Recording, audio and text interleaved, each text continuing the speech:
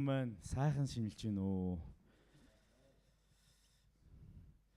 Сар шаны өдрүүд үргэлжилсээр байна. Амралтын өдрүүд маань нэлээд урт болж байгаа учраас хүмүүс маань золгосон хിവэрээ бие биенийхээ амар мэндийг асуусан хിവэрээ нэлээд сайхан урт амралтын өдрөө тохиогоод манай ахмадууд маань жоохон хайр нь ядарч иж магадгүй байх. Хүний хөл дарагдаа тийм ээ.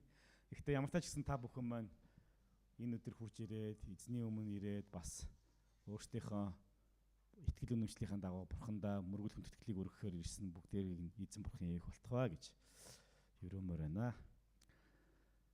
Цагаан сар гэдэг бол Христч бидний хувьд бол маш чухал баяруудын нэг. Олон жил Христч хүмүүс цагаан сар хоёр харшилдаг юм шиг бодож явсан үед байдаг. Яагаад гэвэл цагаан сарын гайхалтай уламжлалт энэ сайхан ёс заншил дэг жаяг дундуур зарим нэг шашны зүйлсүүд орж ирсэн учраас бид түүнийг хийх боломжгүй байдаг учраас яахаа мэдхээ байж эхэлдэг. Гэтэл бид нар олон 10 жилийн турш Христ итгэлийн сайн мэдээ бидний нутагт маань орж ирээд Монгол үндэстэн маань Христ итгэж байсан байна гэдгийг бид нар бас олж мэдснийхэн дараа мөн бас өнөөдрийн бидний тэмдэглээд байгаа энэ сар шин цагаан сарын баярт маань ямар олон гайхалтай Христ итгэлийн үн цэнтэй үйлдэлүүд, утга агуулгууд байдаг юм бэ гэдгийг бид нэр таньж мэдсэний дараа биднэрт энэ баяр маань улам илүү утга учиртай болж эхэлдэг. Дээр нь энэхүү баярын бидэнд өгж байгаа гайхалтай сайхан зүйлсүүд байгаа. Ах トゥ ус нар хаорондоо цугладаг, уулзаагүй хүмүүс хоорондоо уулздаг, нөхөрлөдөг.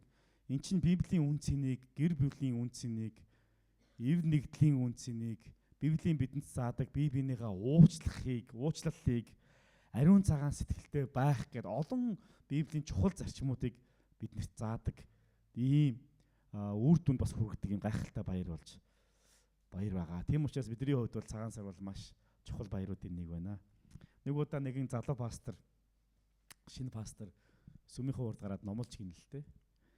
Маш олон гайхалтай теологийн буюу онлын тайлбаруудыг гаргаж ирээл маш олон гайхалтай одоо теологч нарын судалсан зүйлсүүдийг хэлээл үнэхээр одоо дотроо бол өстой би үнэхээр өстой өнөөдрийн номлолт дээр бол ямар гайхалтай олон нууц чухал зүйлсүүдийг зааж ийна гэж дотроо бодоод өөрийгөө бишрээл номлож гинэлт. Номлолоо дууссан айгүй олон хүмүүс баярлалаа пастраа гэж гар барайл. Тэгсэн нэг чуулганы нэг нэлээд ахмад настай хүн пастортай хамгийн сүүлд цуглаан дуусны дараа за тааш үнэхээр мундаг номлолоо. Та бол Альберт Эйнштейнээс хав илүү гялалцсан номлолыг хийлээ гэж хэлээд тарж гин.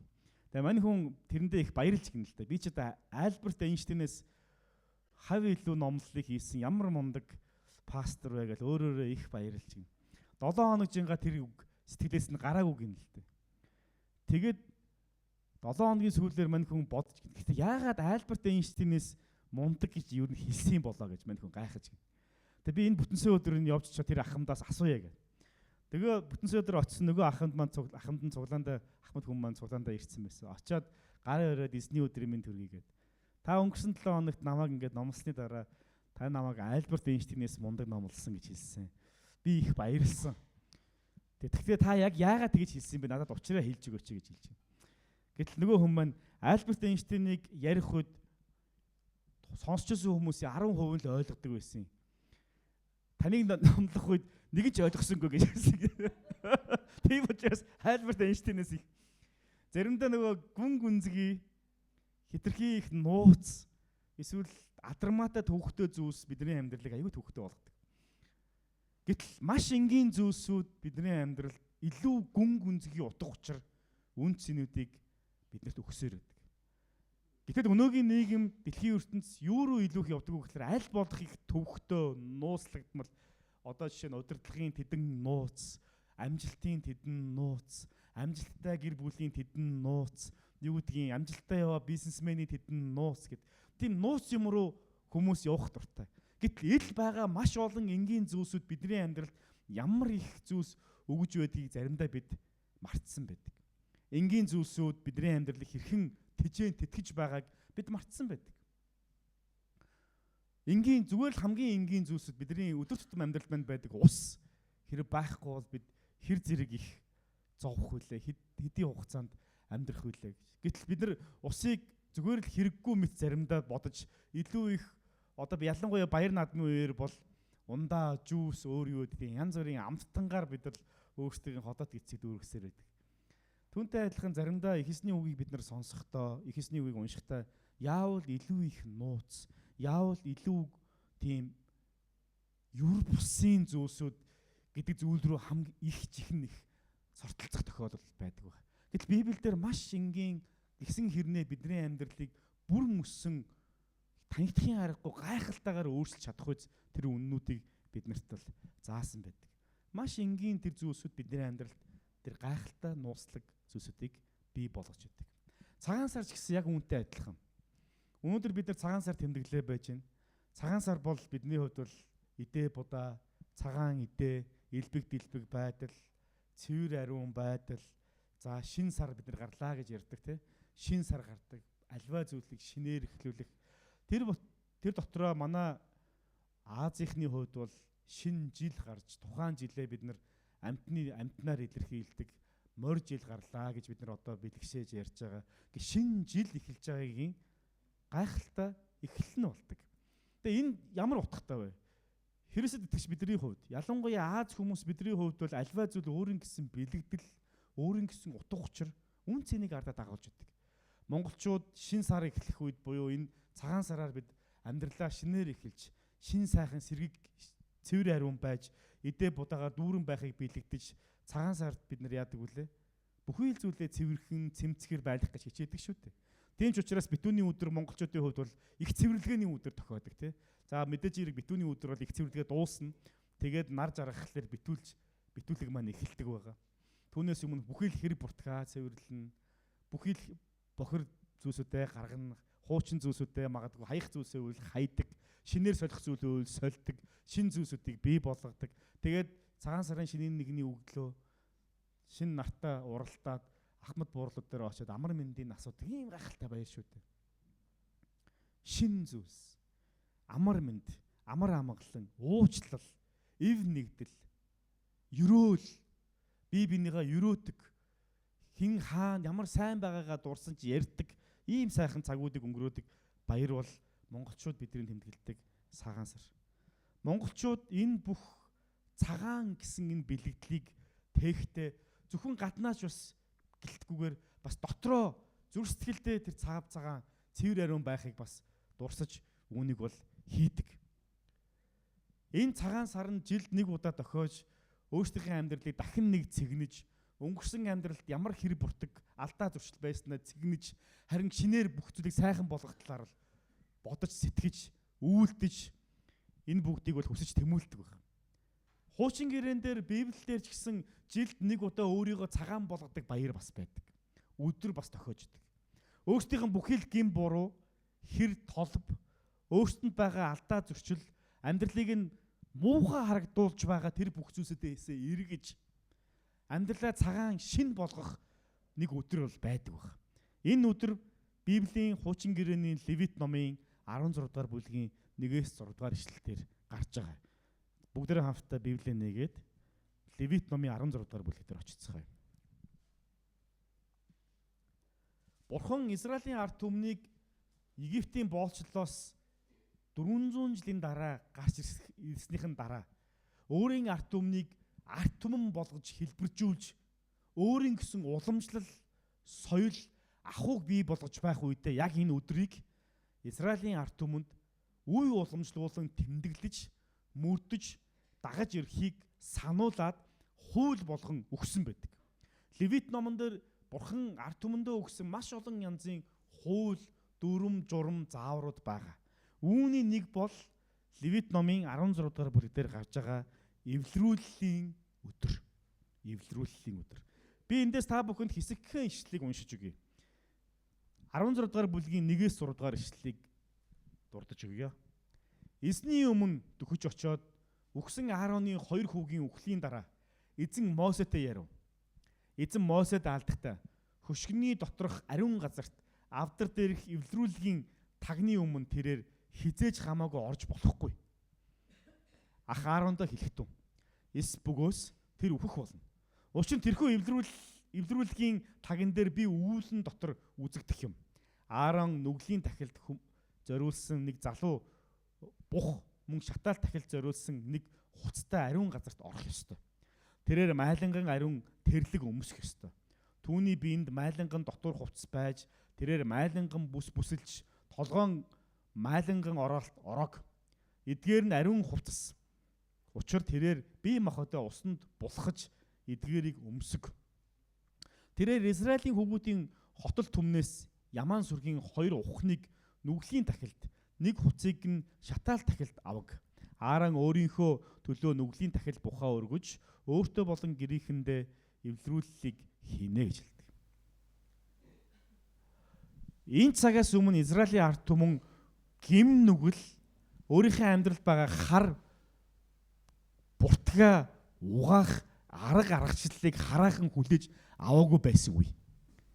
Израилийн ард түмэн болж хэлбэрч явах үед нь Бурхан хэрхэн энэ ард түмэн Бурхан эзнийхэн өмнө цэвэр ариун цагаан байх вэ гэдэг талаар одоо тэдэрт зааж өгч байгаа.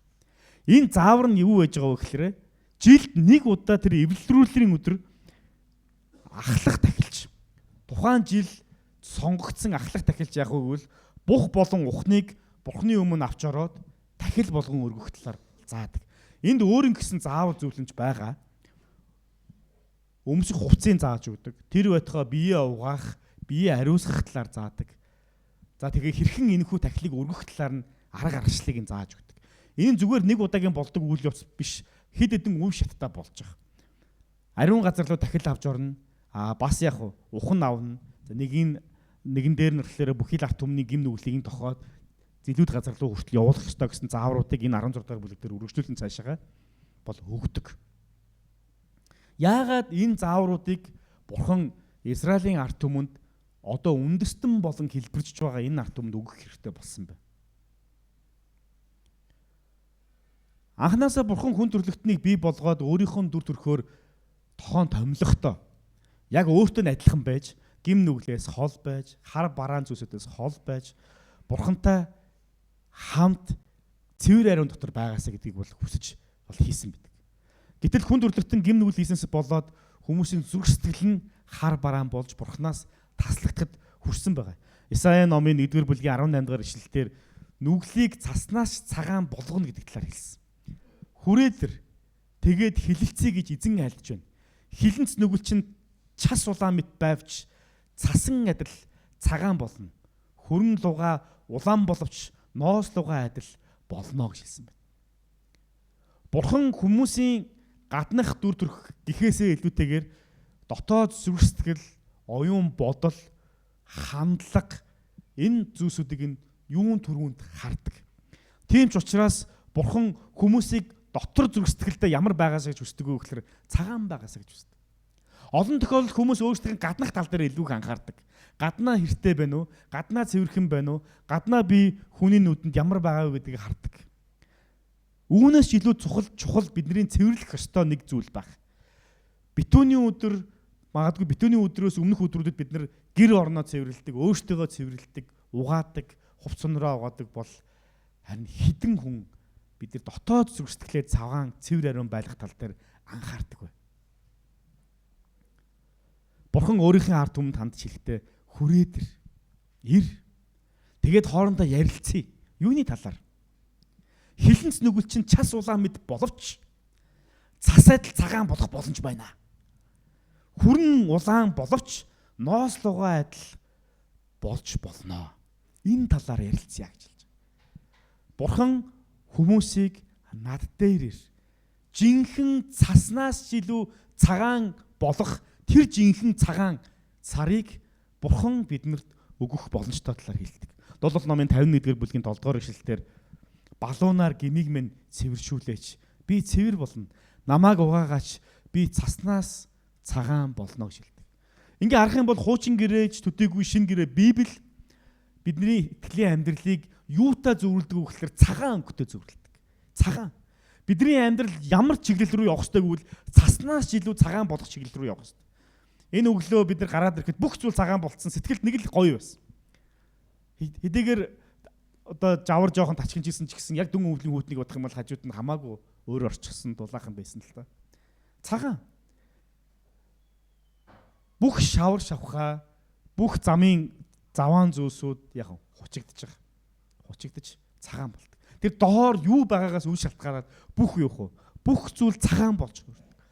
Бурхан бидний зүрх сэтгэлийн гүнийг, бидний амьдралыг өөрийнхөө ариун цусаар дамжуулаад цагаан болгохыг хүсэж байгаа.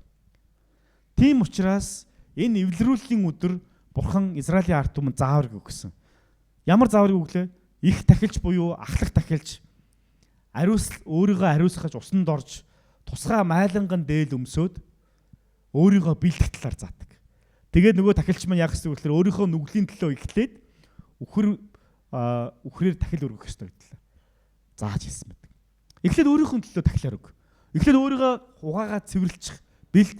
Тэгээ миний зааж өгсөн ёс журмын дагуу ариун хувцас өмсөөд дээлээ өмсчих. Тэгээд яг үгүй өөрийнхөө дотоод зүрх сэтгэлээ яах ёстой үйл цэвэрлэх ёстой. Зүрх сэтгэлээ цэвэрлэж Бурхны өмнө цэвэр ариун цагаан болохын тулд тэд ямар зааварыг өгсөн бэ гэхээр тахил өргөнө. Ягаад гэвэл хүний үйлдэлсэн нүгэл өөрийнх нь амь настай холбоотой байдаг учраас хүн нүглөө уушлахын тулд тэнд заавалжгүй цус яригдах хэрэгтэй болдог. Тийм учраас Бурхан хүмүүсийг аврахын тулд амьтны цусыг урсгах энэ арга замыг бол Израилийн ард түмэнд тухайн үед л өгж байсан байна. Ингээд өөрийгөө ариусгаж өөрийнх нь гим нүглийг цагаат хусныхын дараа ард түмний төлөө ямааг гаргаж ариун газрын хөшгөний цаана цусыг нь цацах талаар бол заадаг байгаа. За тэгээ цаашаа нөгөө ямааныхан дээр бас нэг ямаа байгаа тий хоёр уханд сонгох хэрэгтэй. Нөгөө ухныхан дээр гараа тавиад Израилийн бүх нүгэл за гим буруу хилэнцүүдийг энэ ухны дээр буулгаж гинэ гэдэг тэр бэлэгдлийг хийснийхэн дараа юуруу зилүүд газар руу бол явуулдаг байна.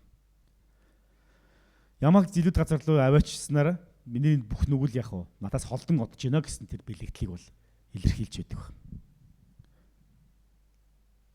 Тэгээ энэхүү ёслолыг бид нэр жилд нэг удаа хийх ёстой. 34 дугаар ишлэлээс хэрэг харах юм бол 34 дугаар ишлэлээр нэг ийм хэсэг байгаа. Жил бүр ганц удаа Израилийн хүүгүүдийн бүх нүглийг эвлэрүүлэлт хийх нь та нарт өгөгдсөн улиран өргөжүүлэх зарлиг болоо. Эзний өөрт нь тушаасан яг тэр ёсоор Мосе хийвэ гэж хэлсэн. Ингээд жилд нэг удаа өөртөө цагаан болгодог, угаадаг энэхүү ёслолыг бол Израилийн ард түмэн анх үндэстэн болж хэлбэрч байх үеэс ахуулж хийж ирсэн ийм системтэй болсон жамтай юм. Өнөөдөр монголчууд бид жилд нэг удаа цагаан сарыг тэмдэглэхдээ ихэвчлэн бид гаднах зүйл дээрээ цэвэр ариун байх тал дээр бол анхаардаг. Гэхдээ зарим ёс жайг дагаж доторх зүрх сэтгэлээч гэсэн цагаан болгож ирээдүйн амьдралаа бас юугүй одоо юу гэх юм альва хар бараангүй байлгая гэж бодож байгаа хүмүүс өөрөө өөрсдийнхээ итгэл үнэмшлийн дагуу шашинлаг зарим зан үйлүүдийг бол хийдэг. За мөр гаргах, ном уншуулах, за эдээ будаага тэнгэр хангаадаа өргөх, галдаа өргөх гэх мэтчлэн янз янзын шашинтай холбоотой зан үйлүүд хийдэг. Бид тэгвэл яг яах ёстой вэ? За аль хэдийн өнгөрцөн хонд пастор минь та тэрийг одоо яриад явах хэрэгтэй аль хэдийн өргөцсөн шүү дээ гэж. Христ итгэгч бидний хувьд яагаад эдгээр зан үйлүүдийг хийдэггүй вэ? Магадгүй танаас өнгөрсөн цагаан сараар хүмүүс асуусан баг. Мөр гаргах уу гэж. Би Есүс итгэдэг хүн мөр гаргахгүй аа гэж. Яагаад? Наад чинь буддийн шнэх. Тэгээд яагаад болохгүй? Өөр шашны учраас болохгүй юм уу? Эсвэл өөр цааталт нүүр утга учир байгаад байгаа юм.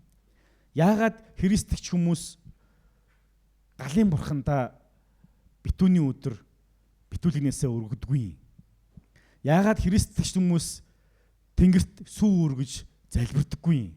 Яагаад христч хүмүүс магадгүй өөр олон овоо тохих янз янзын зан үйлүүдийг хийдэггүй юм бэ? Уул нь бол зорилго нь их дажгүй байгаад байдаг. Зорилгоо харахлаар. Зорилго нь яах вэ? Дотоод зүрх сэтгэлээ ариусгах, байгаль хангаагаа харагдах, зам мөрөө атайхан байлгах, цагаан сайхан сэтгэлтэй байх гэх мэтчлэн уулын сайхан зорилгууд байгаад байдаг. Гэтэл хийж байгаа үйлдэлүүд болоо цаад утга учир нь арай яг өөр байгаад байдаг. Өөр. Юугаар өөр вэ? Хуучин гэрээг харах юм бол Израилийн ард түмэн ч гэсэн жилд нэг удаа өөрсдийнх нь зам мөрийг зэгцэлж янзалж бурхандаа тахилаа өргөж галж чатааж ингэдэг байсан биш үү? Өнөөдөр бид нар яагаад хийж болохгүй гэж.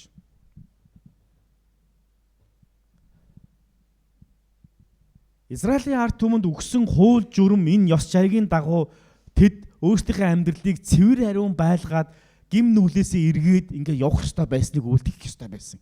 Гэтэл энэ бүх ёс жайг нь уламжлан тэдний амьдралыг гим нүглээс нь салгаж чадаагүй.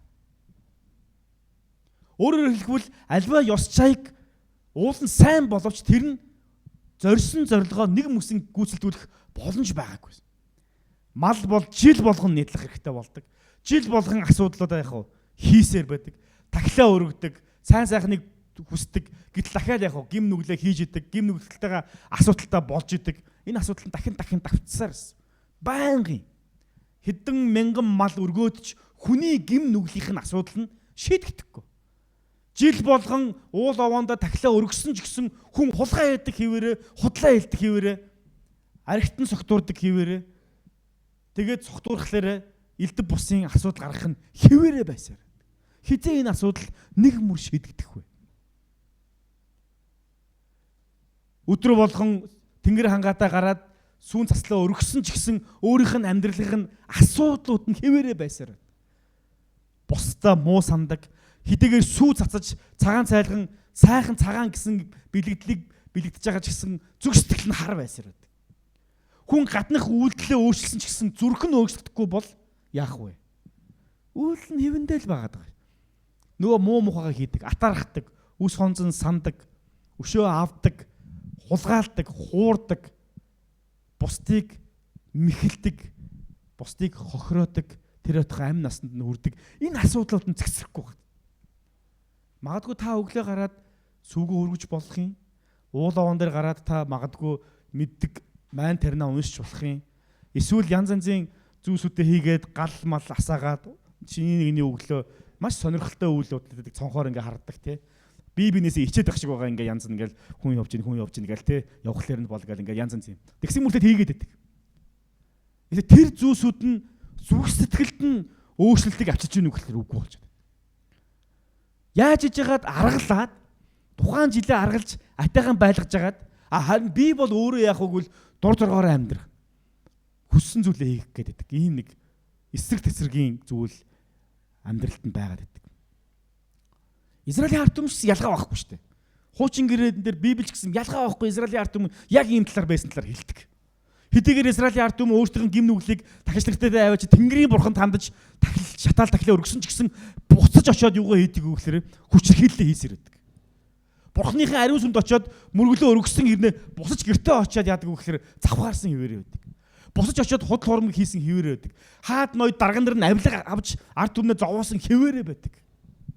Хэдийгээр жилд нэг удаа өргөл тахилаа өгөж өөрсдийн зүрх сэтгэлийг ариусгаж цэвэр ариун болж байгаа гэсэн утга агуулгатай зүйлийг хийсэн ч гэсэн амьдралд нь гарч байгаа өөрчлөлтүүд нь яг багахгүй байгаад. Еврей номын 10 дугаар бүлгийн 1-ээс 18 дугаар ишлэлээр ийхүү дурдсан байна. Учир нь хуйлд ирэх сайн юмсын жинхэнэ дүр нь бус. Харин сүйдрэн байдаг тул хууль жил бүр байнга өргөдөг өнөөхөл тахилуудаараа ойртон иргэждэг төгс болгож чадахгүй. Эс бөгөөс үйлчлэгчид нь нэгэнт цэвэршигдээд нүглийн мэс чанар нь цаашид байхгүй болсон тул тахил өргөхөө болсон байсан биш үү?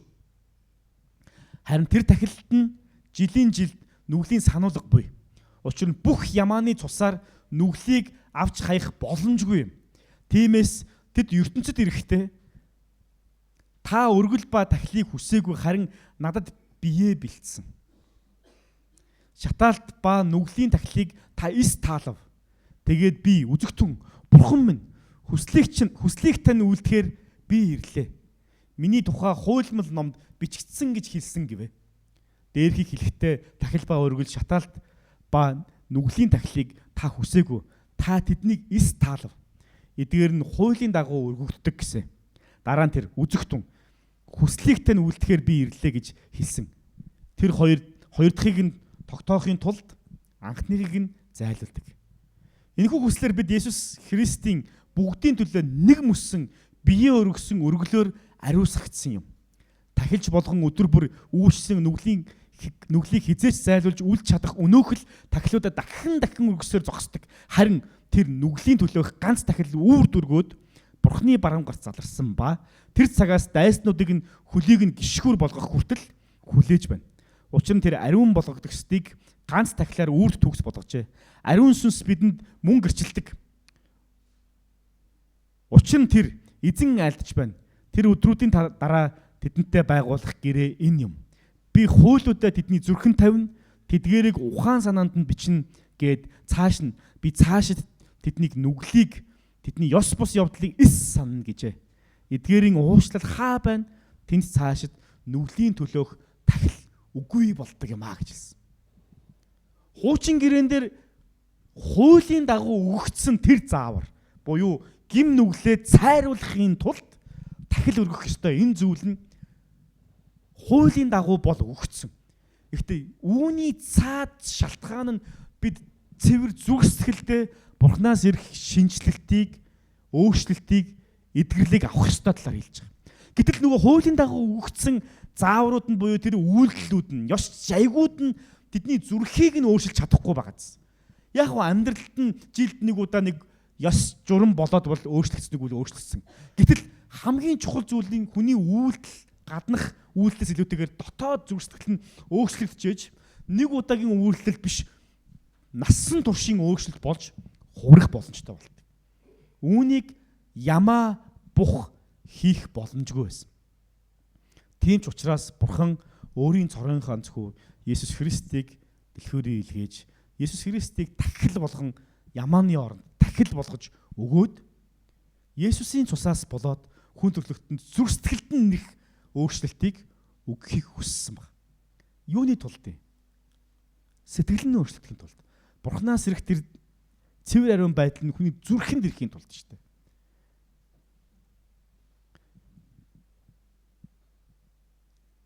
Тэгээд Ишлэл номон дээр би түүнд эзэн минь та мэднэ гэхэд тэр надад эдгээр нь үлэмжих зовлонгоос гарч иргэсэд бөгөөд тэд дээлээ хурны цусаар угааж цагаан болж гэж хэлсэн. Ишлэл номон дээр гарч байгаа олон 10 мянган хүмүүс ялангуяа энэ дэлхийн ертөнцийн муу ерөн сүсний хавчлаг дарамт зовлон донд зовж зүдэрч итгэлээ сахин хамгаалж энэ амьдралын төгсгөл хүртэл яваад Бурхны өмнө очсныхын дараа тэднийг харах үед тэд ариун хувцас буюу цагаан хувцастай байлаа гэж дүрсэлсэн байдаг. Энэ бол дүрслэл шүү. Тэгээс Тэнгэрийн уус очингууд бүгдээрээ ийм цагаан хувцас өмсөд нэг тим болно гэсэн үг биш. Өнгөрсөн 7 хоноод манай хүүхдүүд маань асууж илаа. Ааваа Тэнгэрийн уус очлоор бид нар ямар хувцас өмсөх вэ гэж. Цагаан сар болж байгаа болохоор дээл готлол бид нар ярьж байгаа үед л аав нас сайн мэдэхгүй байна. Гэхдээ Библиэлд бол байдаг л да гэсэн чинь манай охин бүгдээр цагаан хувцас өмсөх юм биш үү гэдэг. Энэ бол зүрлэл байсан. Юуны зүрлэл вэ? Гэвүүл Бурханаас биднийг цаатгсан Бурханы ариун байдал бидэртэй байгаа. Тэнд дахиж нүгэл байхгүй, уйлан хашгираан гэж байхгүй, бузар зүйл гэж байхгүй гэдгийг бэлэгдсэн энэ бэлэгдлэр яг уу тайлбарлаж ирсэн. Яагаад вэ? Яагаад гэвэл Есүс Христэд итгэсэн итгэл маань бидний зүрх сэтгэлийг цагаан болгож, угааж, ариусгасан юм а гэдгийг илэрхийлж байгаа учраас. Таны нүгэл өнгөрсөн амьдрал дахь алдаа оноо, таны амьдрал дахь ямар нэгэн сул тал час улаан мэт байвч Бурхан түүнийг цав цагаан болгох бүрэн боломжтой. Олон хүмүүс өөрийнхөө амьдралын өнгөрснийг хусаад арилгахгүй гэж боддог. Нэг боломж бий. Есүс Христ итгэл. Есүс Христ итгэл бидний амьдралд өнгөрсөн амьдралд манд байсан олон алдаа зөрчлийг уучлах, эргүүлэх, шинчлэх, жинхэнэ цагаанаас цагаан болгох боломж байгаа. Хичнээн хэртэй бохор байсан ч гэсэн Бурхан биднийг цэвэр ариун болгож, хичнээн олон жил үргэлжилсэн байсан ч гэсэн Бурхан түүнийг оргүй хоосон болгож цэвэр ариун болгох боломж байна. ямар гүн гүнзгий, ямар хурц, бас ямар их удаан үргэлжилсэн бэ гэдгээс үл шалтгаалаад Есүс Христэд итгэх итгэл биднийг угааж цэвэрлэдэг юм. Ингэхдээ нэг мөсөн цэвэрлэнэ. Жил болгон бид дахил өргөж, жил болгон ямар нэгэн зүйл хийх шаардлага байхгүй. Яагаад христчнэр хийдэггүй юм бэ? Яагаад гэвэл нэгэн мөсөн шийдсэн учраас. Яагаад христчнэр жил болгон мөр гаргаад ямар нэгэн зүйлийг аргадаж, гал ус чулуу ямар нэгэн шороо агаар ямар нэгэн зүйлийг аргаддаггүй. Яагаад гэвэл Есүс Христ итгэх итгэл нь нэг мөсөн тэдний амьдралын замыг нь зассан учраас, нэг мөсөн зүрх сэтгэлээс нь тэр дотроос нь их өөрчлөлт, шинжилтийг хийсэн учраас зөвхөн гаднаа биш, зөвхөн үйлдэлтэй биш, харин дотроос нь гарах өөрчлөлтийг Бурхан хийсэн учраас бид нар дахин эдгээр хуучин зүйлсүүдийг хийх шаардлагагүй. Тэр биднэрт хэрэггүй болсон. Бурханы өөрчлөлт, өршөөл нэг мөр биднэрт ирсэн. Цас мэт цагаан болж бидний бүх гэм нүгэл уушлагдсан учраас бид нар Бурхан руугаа ойртож, тэр биднийг цагаан болгодог, тэр Бурхан руугаа ойртох нь өнөөдөр бидэнд үлдсэн зүйл. Бид юуг үлдсэн бэ? Бид Бурхантайгаа ойр байж, Бурхантайгаа золгож, Бурхантайгаа нөхөрлөж, Бурхантайгаа ойр байх нь бидний амьдралыг тэр цас мэт цагаан болгодог их сурвалж руугаа ойртож байгаагийн нэг хэлбэр. Таны амьдралд байсан өнгөрсөн шарах, гомдол, цөхрөл, уналсан байдал, гим нүгэл, энэ бүх зүйл орвонгоороо өөрчлөгдөх боломжтой. Та өмнө нь хэн байсан бэ гэдгээс үл шалтгаалаад өнөөдөр та хэн бэ гэдэг нь чухал. Өнөөдөр та Есүс итгэсэн бол Бурханы хүүхэд. Бурханы хүүхэд. Та хэн бэ гэдэг асуултыг асуух үед хүмүүс өөрсдийнхөө ихэнхдээ өөрийнхөө ажил мэргэжил, гэр бүлийнхээ статус, байдал, эсвэл өөрийнхөө одоо юу гэх юм олж авсан амжилтаараа өөрийгөө тодорхойлох гэж оролддог. Хажуудлын хүнээс та асуух юм бол та тэгж л хариулна. Та хэн бэ гэвэл би ээж, аав, ах, эгч, эсвэл юу гэдгийг гавьяат, эсвэл одоо өөр олон янзын өөрийнхөө цол хэрэгм зэргүүдийг хэлдэг. Гэхдээ энэ бүхэн хэрвээ та төр зур надад өгдөөд бас авагддаг. Эсвэл төр зуртай ингээл дуусаад миний настай минь хамт ингээд дуусах тийм зүйлийг ярьж байгаа бол энэ жинхэнэ та бас биш шүү дээ. Энэ төр зурал та өөртөө авч явж байгаа зүйл. Харин жинхэнэ та хэн бэ? Мөнхөд таныг орхихгүй хамт байх тэр тодорхойлт чинь та жинхэнэ хэн бэ гэдгийг чинь хэлэх ёстой. Библи тэгвэл бидэрт юу заадаг вэ? Христэд итгэсэн хүмүүсийг Бурханы хүүхэд болох ирэхээр тэр шагнаваа гэж хэлсэн байдаг. Энэ бол бидний жинхэнэ тодорхойлолт. Би хэн бэ? Би бол Бурханы хүүхэд.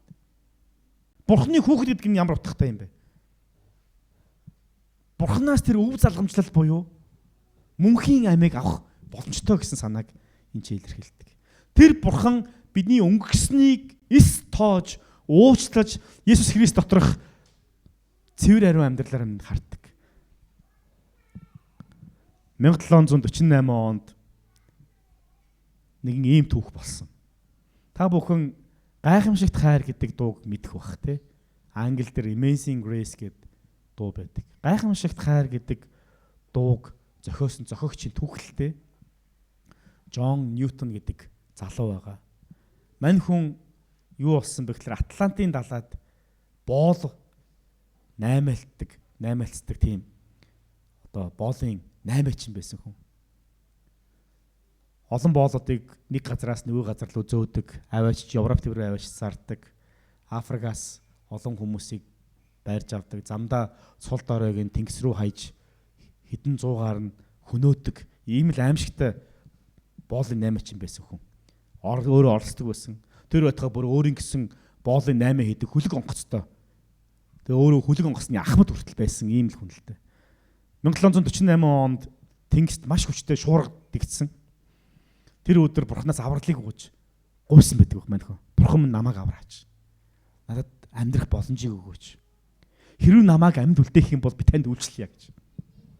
Тэгээ яг энэ залбирал бол энэ босон үйл явдал нь Джон Ньютоны хувьд бол яг энэ эргэлтийн цэг нь болж өөрчлөгдсөн. Тэр цагаас хойш маань хүн боол худалдаалахаа болж харин ч зов зүдэрч байгаа хүмүүст эргээд Бурханы сайн мэдээ, Бурханы хайрыг дамжуулъя гэд явсан. Хожимо бүр Англикан сүмийн пастор болж үйлчлэл хийсэн. Дараа нь бидний сайн мэдэх гайхамшигт хайр гэдээ магтан дуу бол бичсэн байдаг. Нэгэн цагт боолын 8 байж хүний амийг зүгээр л хөрөнгө шиг хардаг байсан хүн Бурхан эзний өмнө ирээд зүрх сэтгэл нь өөрчлөгдөж цагаарах үед буцаад хичнээн мянган хүний амийг аврах, тэр авралын сайн мэдээг дамжуулах ажлын ажилтан болж өөрчлөгдсөн.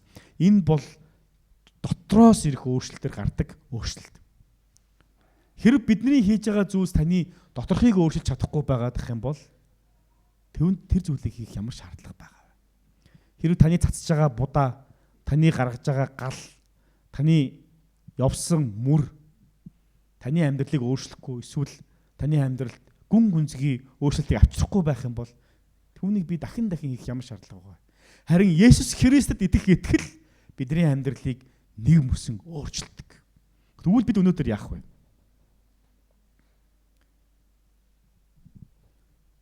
Исаия номын 43 дугаар бүлгийн 25 дугаар ишлэлээр хэлснээр би та нарын нүглийг санахгүй гэж хэлсэн байдаг. Биднийг буруутгахгүй, биднийг яллахгүй, биднийг өмгөөлөх, цэвэр ариун тооцох тэр бурхан руугаа илүү яах вэ? Ойрхон байх нь бидний л хийх ёстой зүйл шүү дээ. Зүрх сэтгэлээ шинээр болгож Бурхны өмнө шин зүрхтэй болж Изекэл номын 36 дугаар бүлгийн 26 дугаар эшлэлээр би та нарт шин зүрхийг өгнө гэж хэлсэн. Бурхны өгсөн тэр шин зүрхийг хүлээж аваад тэр шин зүрхээр өдөртүүлж амьдруулах нь өнөөдөр бидний хийх ёстой зүйл. Бурхан юу хийсэн бэ? Бурхан загалмай дээр өөрийн хүү Есүс Христийг цовдлуулж түүнд итгэсэн хүнд мөнх амийг өгч өөрийнх нь хүүхэд болгож авралт авчирна гэж хэлсэн. Тэгээ шин зүрхийг өгнө гэж хэлсэн. Бидний зүгээс Бурханы өгж байгаа шин зүрхийг хүлээж аваад тэр шин зүрхээр өдөртүүлж Бурхантай хамт алхах нь энэ бидний хийх ёстой зүйл. Бурханы өмнө цэвэр ариун цагаан зүрх сэтгэлтэй байх нь зөвхөн цагаан сарын шөнийн нэгний өглөө хийдэг ёслол биш юм аа. Бид цаснаас цагаан сарыг жилийн 365 хоногийн турш амьдрах, тэмдэглэх, баярлах бүрэн боломжтой. Есүс Христ итгэл маань түн рүү ойртох бидний зүрх сэтгэл, түүний үгийг дагах, Бурхны хүслийг биелүүлэх нь бидний хувьд өдөр болгон цагаан сар мэт шин баяр хөөр, амар тайван, аз жаргал, уучлал, ив нэгдлийг бий болгочдөг. Тийм учраас Сүмөрөн автар нэг удаагийн цагаан сар биш, өдөр болгоны цагаан сарыг зүрх сэтгэлтэй байлгацгаая гэж таавдаг уриалмаар. Амен. Хамтдаа хийсний өмнө нэрэн залбирцгаая.